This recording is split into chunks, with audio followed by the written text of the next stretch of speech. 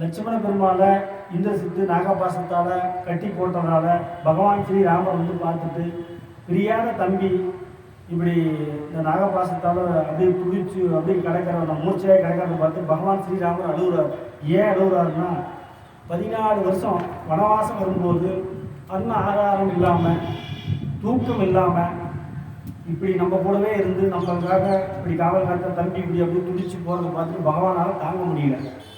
ஏன் அந்த 14 வருஷம் உணவும் தூக்கம் இல்லாமல் லட்சுமண பெருமாள் இருந்தார்னா மனிதனாக பிறந்து அந்த இந்திரசித்தை ஜெயிக்கணும்னா 14 வருஷம் சாப்பிடக்கூடாது, தூங்கக்கூடாது, எதுவுமே இப்படி தண்ணி ஆகாரம் குடிக்காமல் இருந்தால் மட்டும்தான் அப்பேற்பட்ட அந்த வரத்தை வாங்கின ராவணனோட மகனை இந்திரசித்தை பண்ண முடியும். அதுக்காக அப்பேற்பட்ட அந்த லட்சுமண பெருமாள் துடிக்கிறத பார்த்து பகவான் ராமரால் தாங்க முடியல தூக்கம். எப்படி சொல்லி அழுகுறாருன்னா, அந்த சமய அவர் வட்டப்பாட்டை என்னவென்று சொல்வேன், கையும் காலும் உதைத்து உதைத்து உதைத்து உதைத்து கொண்டார், வெறும் மூச்சு விட்டார், உருகி போவார், முத்தி மயங்கி போவார், செய்ய வேண்டிய காரியம் என்னதென்று தெரியார். ஓ லட்சுமணா, ஓ லட்சுமணா என்று அழைப்பார். தமது திருக்கையார் வாயையும் மூக்கையும் மூடிக்கொண்டு சும்மா இருப்பார். ஐயா லட்சுமணா, நாணி கிடைப்போமா என்று சொல்லுவார். யாவருக்கும் பிறந்தவர் போல காணப்பட்டும் பிறவாதவரான சர்வலோக சரணியர் தமது தாமரை மலர் போன்ற திருக்கையால் அந்த லட்சுமணனுடைய பாதங்களை தடவி பார்ப்பார். தொடையை மெல்லென குத்துவார். பரிசுத்தமான தாமரை மலர் போன்ற அவருடைய கண்கள் சிமிட்டுகிறதோ இல்லையோ என்று பார்ப்பார். மார்பை தொட்டு பார்ப்பார். நெஞ்சு துடிக்கிறதா என்று சொல்லுவார். ஆகாயத்தை பார்ப்பார். லட்சுமணரை தூக்கி திரு தொடை மேல வளர்த்தி கொள்ளுவார். மறுபடியும் பூமியில் வளர்த்துவார். அந்த நிருடம் போய்விட்டாளா என்றார். வானர வீரரை எல்லாம் பார்ப்பார். ஆதி சங்கல்பத்தை நினைப்பார். தமது திருத்தோளில் உள்ள பெரிய வில்லை பார்ப்பார். அம்புகளை எடுத்து பார்ப்பார். இந்த லோகத்தில் என்னை போல் இந்த கும்பத்தை அடைந்தவர் வேறாராவது உண்டா என்பார். எனக்கு நேரிட்ட இந்த எளிமைத்தனம் எரியதென்பார். எல்லா வளரை பிரமாணங்களையும் தாண்டி நின்றவர் மீட்டும் அடிக்கடி தமது வில்லை நோக்குவார். இந்திர சித்துவனுடைய நாகப்பாசக்கட்டை பார்ப்பார். விடியாத ராத்திரியும் பார்ப்பார். ஆகாயத்தில் உள்ள தேவர்களையும் பார்ப்பார். பூமியை வேருடன் கேட்டு விடுகிறேன் என்பார். தமது திருவடம் போன்ற இதழை கடிப்பார். பெரியோர்களுடைய சாஸ்திர சம்பதியை பார்ப்பார். இப்படி எல்லாம் தம்மை போல தமது புகழையும் இருந்தும் திருத்தோள்களை உடைய ஸ்ரீராமமூர்த்தியான பட ஆதப்பட்டு அப்பா தம்பி விபீஷணா, இந்த சித்துவுக்கும் இளைய பெருமாளுக்கும் இவ்வித சண்டை நேரிட்டதென்று என்னை சீக்கிரமாக அலையாமல் போனாயே. இந்த தேவாஸ்திரத்தை தொடுத்து இந்த சித்துவின் தலையினுடைய துணிந்து உயிரை வாங்கி விடுவேனே, என்னை அநியாயமாய் கெடுத்து விட்டாயே என்று எக்காலத்தில் கெடாதவரான ஸ்ரீராமர் அழுதி செய்தினார். அந்த வார்த்தையை ஆராய்ச்சியோடு அழுது கொண்டிருந்த விபீஷணாவான் கேட்டு, சுவாமி, அந்த சண்டாளன் யுத்தத்திற்கு வந்து சண்டை செய்வான் என்பதை அறியவே மாட்டேன். அவன் வந்து யுத்தத்தில் நின்ற காலத்திலும் அவனே தோற்று போவான் என்று உணர்ந்திருந்தேன். இந்த மாயம் இந்த தெய்வத்தன்மை உள்ள அஸ்திரத்தால் வந்ததே அல்லாமல் வேறொன்றும் அல்ல. சுவாமி, அதிகாரியுடைய தேகத்தை முண்டராக்கி வெற்றி பெற்ற நம்முடைய இறை பெருமான் உடனே திரும்பாமல் லங்காரி வெற்றியத்தை பெற்றவனான ராவணன் யுத்தத்திற்கு வருவான் என்று எண்ணிக்கொண்டிருக்கும் போது அவனுடைய பிள்ளையாகி இந்த பையன் 40 வெள்ளம் சேனையுடனே வந்து நம்முடைய 40 வெள்ள வானர்கள் படையில் மீது வானங்களை வகித்து அவைகளை கொன்று மற்ற வானர்களை துருத்தி பெருஞ்சண்டை செய்து அவர்களை 3 வரை பூமியை மூச்சாக விழும்படி செய்தான். பிறகு 1000 சிம்மங்கள் தூக்கி தேரின் மேலேறி ஆண் சிங்கத்திற்கு ஒப்பான இளைய பெருமானோடு எதிர்த்தான். இளைய பெருமான் அனுமான் மீது ஆரோக்கியவை அவனுடைய 1000 தேரும் தமிழ் குடும்ப பலியாகி தம்முடைய வில் வல்லமையை காட்டி, பிறகு அவனுடைய 40 வெள்ளம் சேனைகளின் உதவியாக வந்த 10 லட்சம் சேனைகளின் துணியினை கண்ட பணி போன்று அவனுக்கு சந்திராட்சகரம் வந்து வருகை மகாபாரிசுவ என்பவனையும் பூமாச்சமன் என்பவனை பாத சாதனையாக கொடுத்து விட்டு இனி என்ன இருக்கின்றது, அவனும் இருந்தான் எண்ணத்தக்கதாக அநேக திவ்யமான அந்த சந்தானத்தை மாறியும் ஏகினார். இந்த லட்சுமண பெருமாள் சாதாரண சண்டை போட்டு சாமி, நான் ராவணன் வருவான்னு நினச்சிட்டு இருந்தேன். பகவான் ஸ்ரீராமன் சொல்கிறாங்க, எங்கிட்ட ஒரு வார்த்தை சொல்லியிருந்தீங்கன்னா அவன் திவ்யா சொல்லிட்டு அவனுக்கு பொன்னேற பொண்ணு அந்த யுத்தத்தை நீ எங்கிட்ட ரேப்பாக சொல்ல மாட்டேன், எனக்கும் தெரியாது சார். அதுக்கு தான் அந்த ராவணோட தம்பி விபீஷணன் சொல்கிறாரு, அப்படி எனக்கு தெரியாது சார். அவன் ராவணன் வருவான்னு நினச்சிட்டு போய் இவன் திடீர்னு உள்ள போட்டு அடிச்சிட்டான் அடித்ததும் இல்லாமல் லட்சுமண பெருமாள் சாதாரண யுத்தம்லாம் பண்ணல, எல்லாம் வந்து அவனே பட்டையை அடிச்சார், அவனை எல்லாத்தையும் கொண்டுட்டாரு. அவன் போய் மேலே மேகத்தில் மறைஞ்சிருந்து இப்படி அவன் விட்டு கட்டி போட்டான். அதனால தான் இப்படி நடந்து போச்சு சாமி.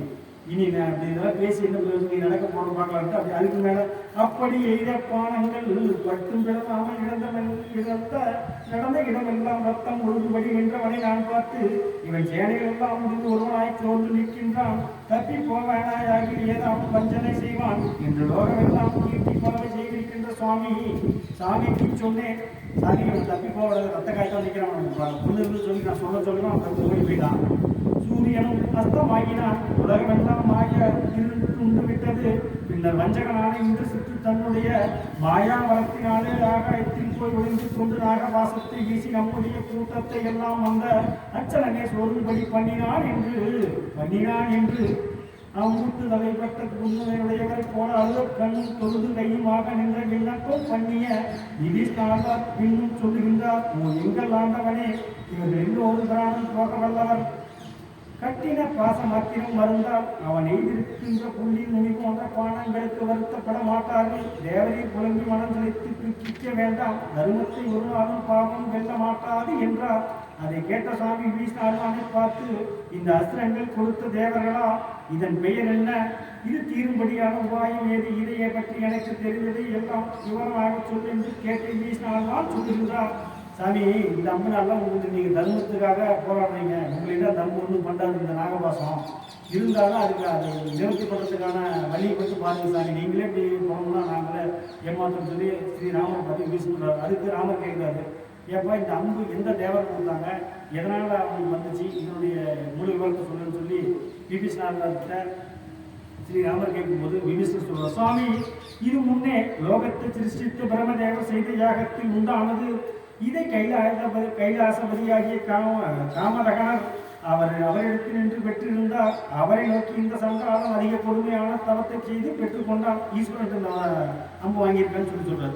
இது ஊழிக்காலத்து இடியை போல இடியை காட்டில் மிகுந்த வல்லமை உடையது. இது நாகவாசம் என்றும் பேர் உள்ளது. இதனுடைய வல்லமைதான் 1000 கண்களை பெற்ற தேவேந்திரனுடைய வச்சிர தோள்களை இறுக்கி கட்டினது. வேறே ஒன்றை ஆலோசிப்பேனே.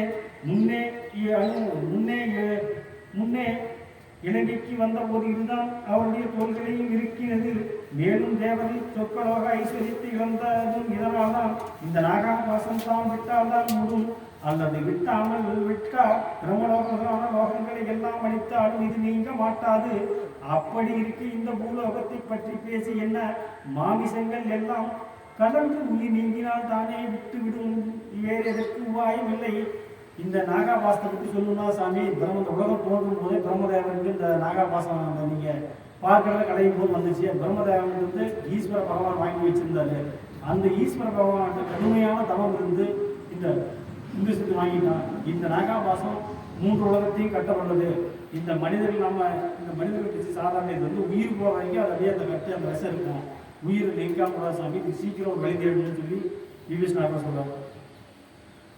தேன் ஒழுகுகின்ற திருத்துவாய் மாலையை தரித்த ஸ்ரீ ரகுநந்தனா, இதன் வரலாறு இப்படிப்பட்டதாகும் என்றார்.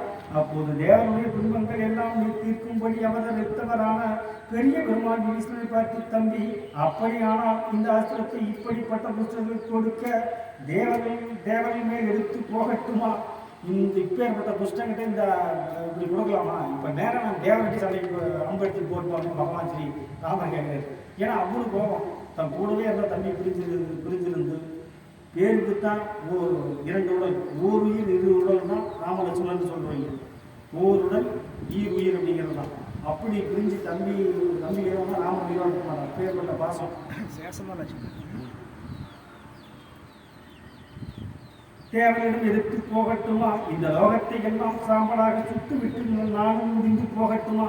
நான் ஒரே அம்புல பிரம்மாஸ்திரத்தை விட்டு இந்த உலகத்தில் அடிச்சுட்டு நானும் செத்து போயிட்டு என் தம்பியோட பாவா ராமர் கேட்குறேன். அம்புடு கோபம் சொல்லுவோம். பஞ்சாயத்து கோபத்துக்கு முடிந்து போகட்டுமா? இலங்கை சின்ன பின்னப்படும்படியாக போய் அந்த ராட்சர்களுடைய வம்சங்களை கருவறுத்து போடட்டுமா? நான் செய்ய வேண்டிய தகுந்த ஆலோசனையுடன் சொல்ல கடவாய். இந்த நாகாபாசத்தை கொடுத்தவர்கள் தாமே என்னில் வந்து இறங்கி வேண்டிக் கொள்ளும்படியான மார்க்கம் உண்டானால் கோபம் தணிக்கின்றேன். இல்லாவிட்டால் முப்புறங்களையும் அம்பினால் சுட்ட உருத்திர மூர்த்தியை போட இந்த 3 லோகங்களையும் சுட்டு ஒரு நடியில் சாம்பலாக்கி அழித்து விடுகின்றேன். அவ்வளவு கோபம். இந்த அம்பு கொடுத்தவங்க வந்து இங்கே வரணும், இல்லைன்னா நான் அம்பு விட்டு பிரம்மாஸ்திரம் கொடுத்து 3 லோகத்தையும் அழிப்பேன் அப்படின்னு சொல்லி பகவான் அவ்வளவு கோபத்தில் இருக்காரு. அப்பா விபீஷ்ணா, என்னருவி தம்பியாக லட்சுமணன் இறப்பானாகி பின் என்னை ஒருவேளை ராவணனே புகழ்ந்தாலும் என்ன, பழித்தாலும் என்ன, அப்பால் தர்மன் தான் என்ன, என்னை நம்பி வந்த என் சிநேகிதரை காட்டிலும் தேவர்களானாலும் இந்த லோகத்தில் உள்ள ஜீவர்களானாலும் எனக்கு நல்லவர் ஆவார்களோ? ஐயோ, ஒரு துஷ்டன் இப்படிப்பட்ட துன்பத்தை செய்வதற்கு நான் உலகத்தை எல்லாம் ஜெயித்து நாசம் பண்ணுகிறது கிரமம் என்றாவா என்று இவ்வாறு சொல்லி தமக்கு தானே தூக்கிட்டு இருந்தும் ஆலோசித்தும் பெருமூச்சு விட்டு தமது திருத்தம்பியாரை பார்த்து மற்ற வானவர்களிடத்தில் தமக்குண்டான அபார தயவான் பெரும் சோகமுற்று வேதமாகிய